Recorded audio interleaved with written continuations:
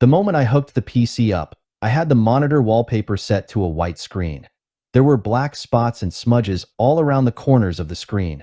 Most of the time when I loaded a game, it took 15 seconds for the monitor to even recognize the HDMI cord, and due to automatic adjustments in the settings, just took too long transferring from game out of game. 90% of the time when I exited out of a game in Steam, a blue screen would flash, then a black screen, and exiting out of games was a poor experience. In most black screens when operating on the PC, it had this weird effect where when you would move the mouse, white spots on the screen would disappear and reappear.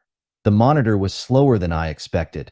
The colors in game on HDR looked superb and I was highly impressed, and I personally loved the look and feel of the monitor. The white matte finish and stand looked amazing to me, and that's the main reason I bought, but this monitor has too many weird effects and low quality that you will notice immediately when you set it up, and honestly was one of the poorest experiences with any monitor that I have ever had.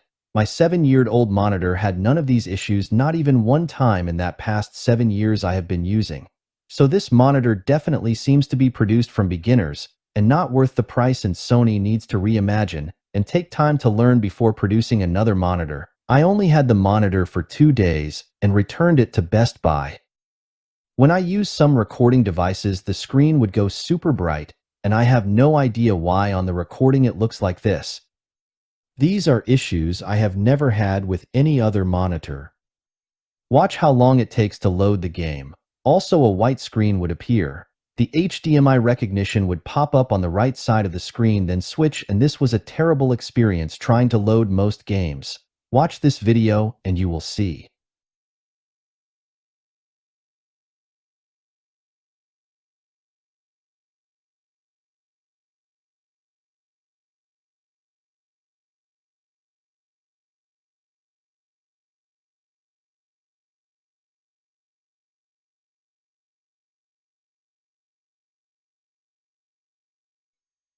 Notice all the flashings it does.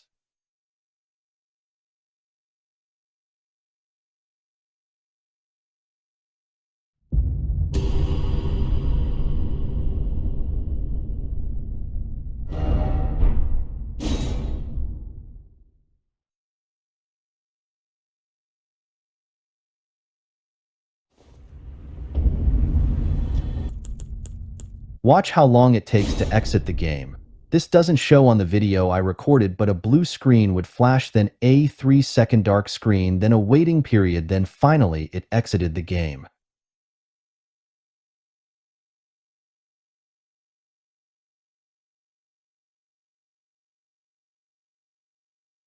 Look at how terrible the white screen looks.